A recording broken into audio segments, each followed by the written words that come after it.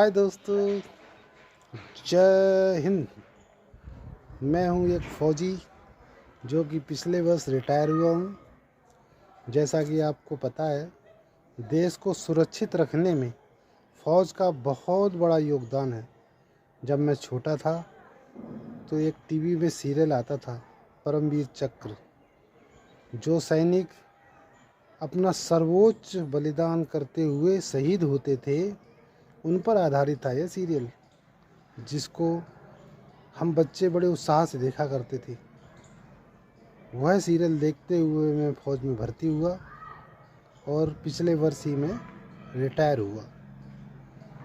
अभी कुछ ही पल मुझे पहले विचार आया कि अभी हाल ही में कोई युद्ध तो हुआ नहीं है, लेकिन पुराने फ़ौजी हमारे बीच हैं, तो क्यों ना मैं उनके जीवन काल को आप तक प्रस्तुत करूं।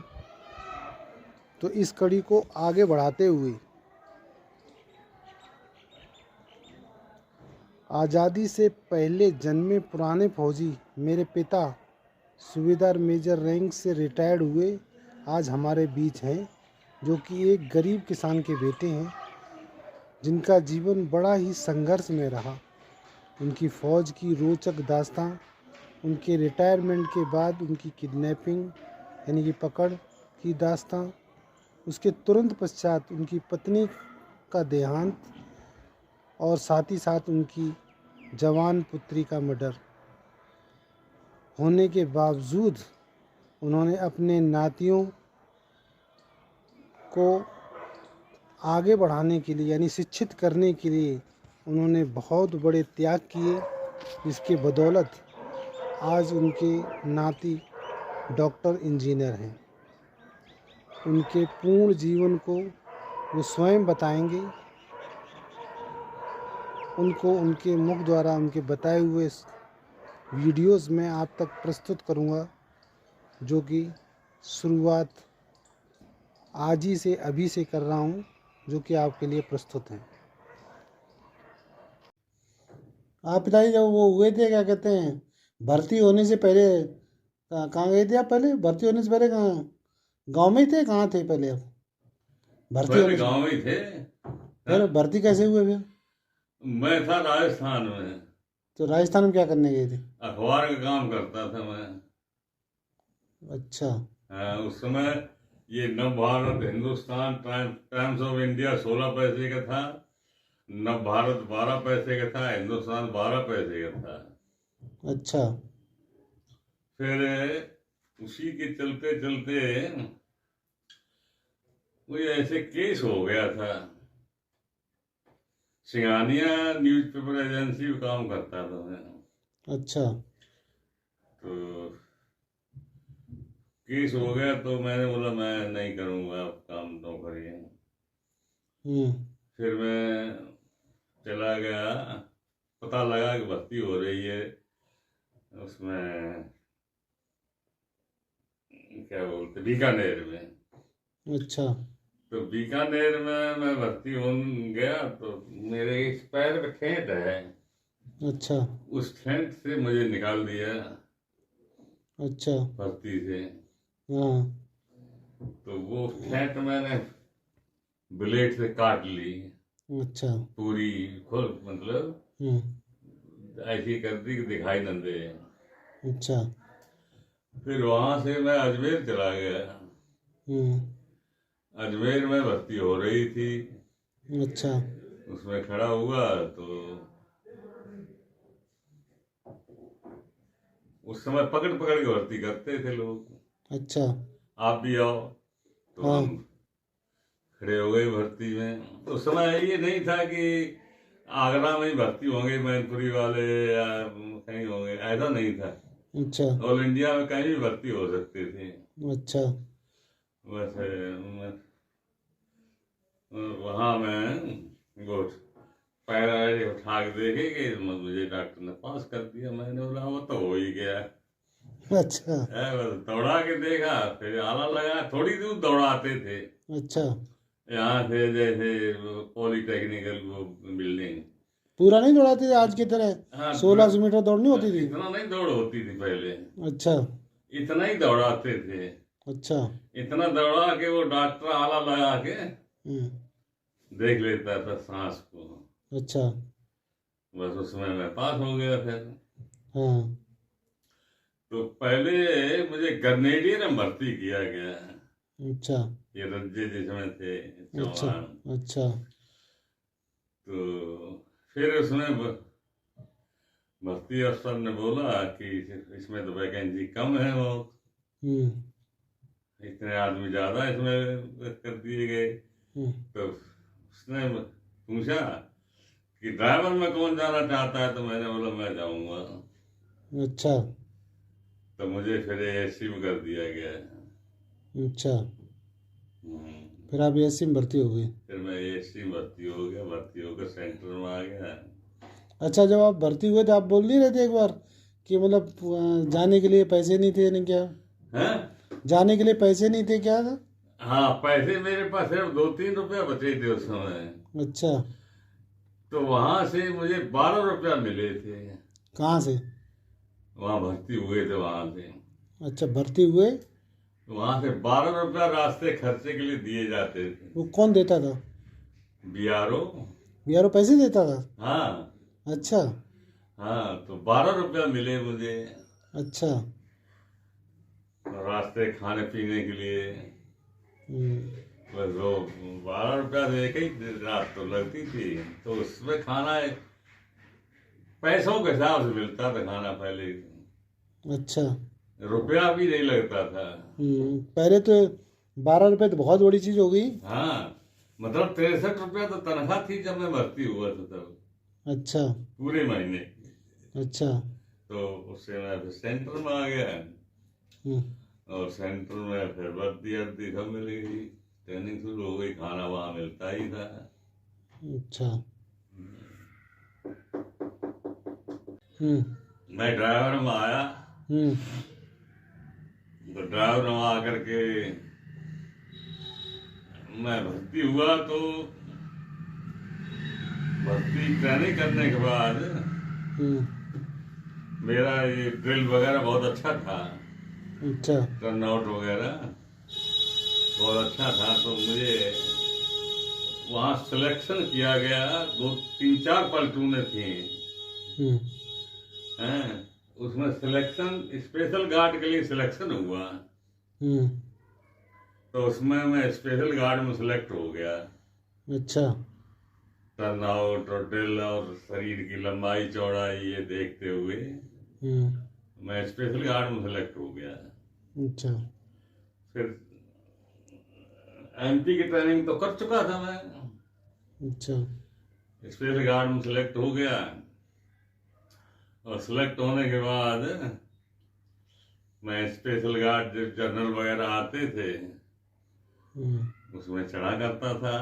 8 आदमी थे एमटी के। अच्छा। और गार्ड कमांडर एटी का था। एटी जानते, हमारे महकमे में एएससी एमटी अलग है, एटी अलग है। हाँ, एटी मतलब खच्चर वाले। हाँ, पहले खच्चर हुआ करते तो जब तक गार्ड बंदी। कमांडर एटी के होते थे दोनों, second guard commander, first guard commander. अच्छा। और हम लोग एमटी के थे 8 आदमी। अच्छा। तो 6 आदमी गार्ड चढ़ते थे। 2 छकी गार्ड चढ़ा करती थी पहले, नायक, लैस नायक और 6 सिपाही। अच्छा। तो ऐसे गार्ड चढ़ते चढ़ते बहुत 2-3 साल तक रहे हम वहाँ। अच्छा। तो एक जनरल आया, एएससी का डायरेक्टर, उसने गार्ड का इंस्पेक्शन किया। करते ही करते उसने पूछा सभी को कि क्या ट्रेड है। संतरी को पूछा, संतरी के लाहौरी नाम हुआ करता था, कि बोला एमटी। फिर मेरा नंबर था, तो क्या ट्रेड है, एमटी ड्राइवर। मतलब 8 आदमी, 6 आदमी ने एमटी ट्रेड बोला और 2 ने एटी ट्रेड बोला। अच्छा। तो साथ में सेंटर कमांडेंट था। तो बोला एमटी ड्राइवर की इतनी जरूरत है, मिल नहीं रहे हैं, और तुमने ये 6 आदमी यहाँ बैठा रखे हैं, 8 आदमी है। कितने आदमी है? 2 8 आदमी है। बोला इनको तुरंत पोस्टिंग करो, 80 की गार्ड पूरी रखो, अच्छा। इनको तुरंत पोस्टिंग करो यहाँ से। तो फिर सबकी पोस्टिंग कर दी गई वहां से। मेरी पोस्टिंग लेह में हुई, अच्छा। पहली पोस्ट। उस समय लेह का 1.5 साल टर्नओवर था, अच्छा। मतलब ज्यादा दिन नहीं रखा जाता था, क्योंकि वो आदमी उस समय वहाँ ऑक्सीजन नहीं था, नपुंसक हो जाता था, और इसलिए 18 ही महीने टर्नओवर था वहाँ का। 18 महीने के बाद मैं श्रीनगर आ गया। अच्छा। तो श्रीनगर भी मुझे स्पेशल गार्ड का सेकंड गार्ड कमांडर बनाया गया, टेम्परेरी लेफ्टिनेंट बना करके सेकंड गार्ड कमांडर चढ़ाया गया प्रैक्टिस करने के लिए। अब कोई नायक सिलेक्ट नहीं हो रहा था वहां पर। अच्छा। मतलब उसको बॉर्डर कमांड देने के लिए गार्ड, सलामी, शस्त्र, किसी की आवाज अच्छी नहीं थी, किसी की ड्रिल ठीक नहीं थी। तो मेजर बटालियन कमांडर, तो उसने बोला कि कोई सिलेक्ट नहीं हो रहा, इसी सेकंड गार्ड कमांडर को नायक बनाया जाए। मैं सेकंड गार्ड कमांडर था, और लेफ्टिनेंट दूसरा बनाते हैं, इसको फर्स्ट गार्ड कमांडर नायक बना के चढ़ाएंगे। तो मुझे नायक बना दिया गया, अनपेड नायक। अनपेड नायक बन के मैं गार्ड चढ़ा, जनरल आर्मी कमांडर का। उसमें बड़ा अच्छा इंस्पेक्शन हुआ। मैंने गार्ड कमांड किया, बड़ा अच्छा इंस्पेक्शन हुआ। जनरल शाबाश बोल के गया। तो जब वो चला गया, सब कुछ हो गया, फिर मैं वही वर्दी पहले हुए, एक वैकेंसी थी यूएनओ की ड्राइवर की। तो मैं सीओ उसी मेजर करना हर ने मुझे नायक बना के चढ़ाया था। अच्छा। मैं उसके पास चला गया सीधा। मैंने बोला साहब आप भी जा रहे हो? वो ही पोस्टिंग जा रहा था। मुझे आप, एक वैकेंसी है यूएनओ की, मुझे आप यूएनओ भेज दो।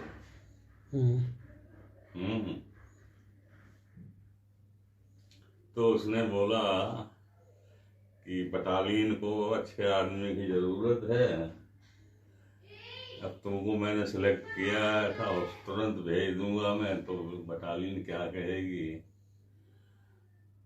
इसलिए मैंने बोला साहब क्या कहेगी ये आप जानो, लेकिन मुझे यूएनओ भेज दो। बस मुझे यूएनओ भेज दिया उसने। यूएनओ मतलब? यूएनओ मतलब? यूएनओ पाकिस्तान के बीच का लड़ाई के टाइम पर समझौता करने के लिए हुआ करता था। अच्छा। किसकी गलती है क्या है उसके बीच में होता है वो यूएनओ। उसमें पूरे विदेशी अफसर होते हैं, अंग्रेज। अच्छा।